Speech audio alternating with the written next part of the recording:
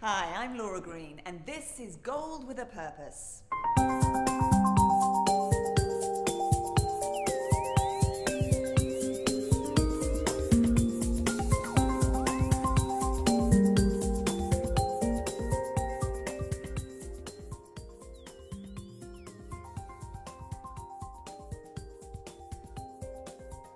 You know, there's actually far less gold on the planet than you or Donald Trump's decorator may realize. Believe it or not, if you melted down all the gold ever mined, it'd make a cube only about 65 feet high. That's about the size of a small office building. Today, in the first episode of our 4-part series, we're waving our geek flags proudly and taking a look at some of the very cool ways in which gold's being used by scientists and engineers to preserve our planet and discover some new ones. We recently caught up with Dr. Michael Wong. Now, he's a chemical engineer and assistant professor at Rice University in Houston, Texas, and he told us how he's using gold to clean up the world's water supply.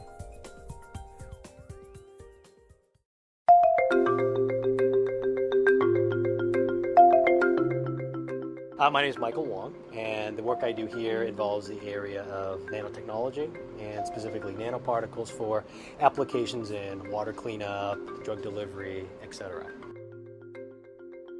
So I'm a chemical engineer, okay? And so in chemical engineering, we want to work with chemical processes that allows us to make lots of chemicals. That's sort of the general concept.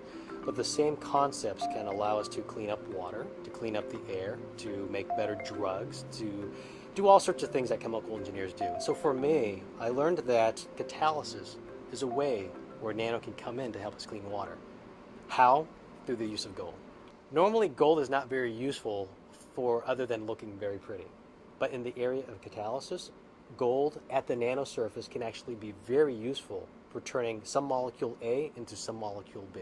So gold surface here can actually take in molecule A, sit on the surface, and then A can actually react and pop off to become molecule B. Why does gold, especially why does gold in the nano size, does what it does so well? And that's been the whole reason why people have been so interested in nano gold for catalysis. But the fact of the matter is, it works. About 20 years ago, there was some Japanese researchers that said nano gold actually turns carbon monoxide into CO2.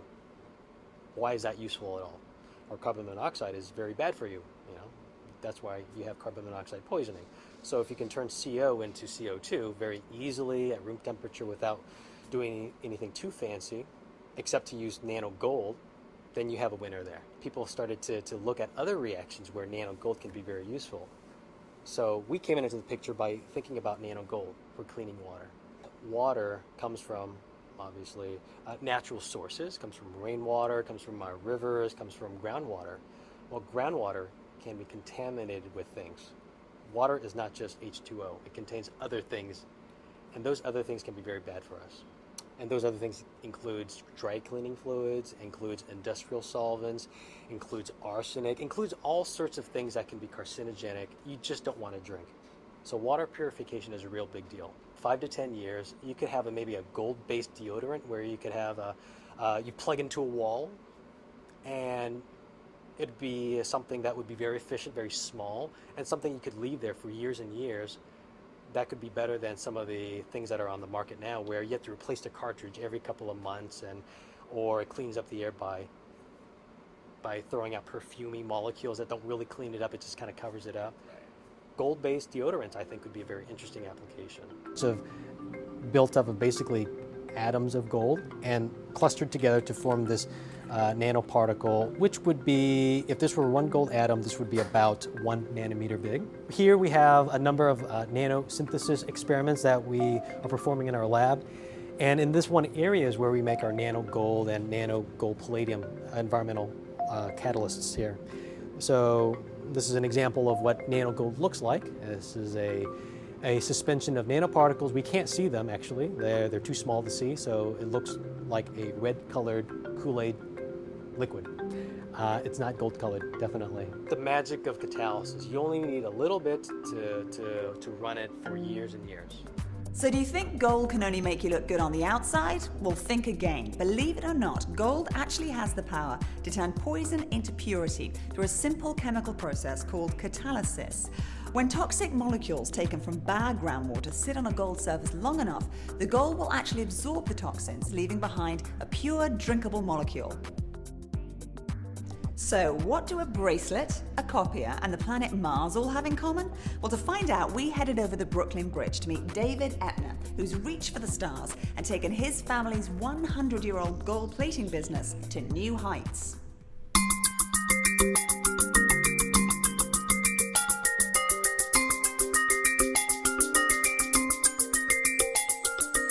I'm David Epner, the president of a almost 100-year-old electroplating firm that was started by my father and his brother-in-law in 1910. Plating goes back to the days of Michael Faraday. It's one of the oldest technologies around.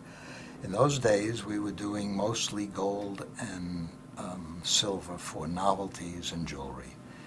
In 1972, a serendipitous meeting with a Xerox engineer changed our life. He wanted a component, a reflector for his then new copier to be gold-plated for infrared performance.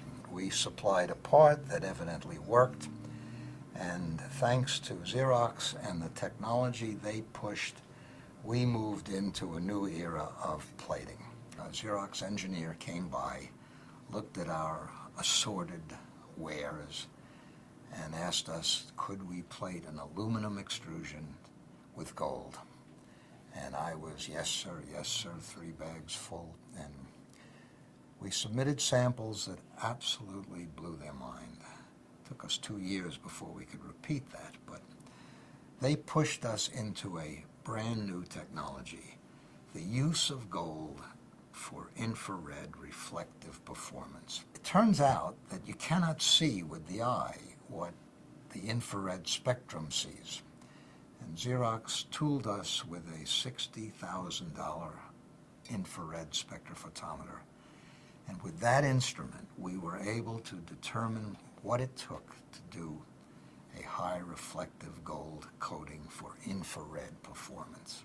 The product I'm holding is an infrared reflector, but it's a key device in the manufacture of semiconductor chips. They couldn't do what they're doing without the incredibly efficient performance of a reflector like this with 106 6,000-watt lamps. The laser gold was specified on the Mars Observer Laser Altimeter mirror when they sent this mission to orbit Mars to determine the topography of the red planet. And it was an immensely successful mission, and thanks to our performance on their mirror, which was only a ½ meter in diameter, they came back and requested a 1 meter mirror. One of the more interesting projects was the secondary infrared mirror on the world's largest telescope. The Keck Observatory in Hawaii has a huge 10-meter primary mirror, but it has a laser gold-plated secondary mirror, which is about a ½ meter in diameter and made also of beryllium.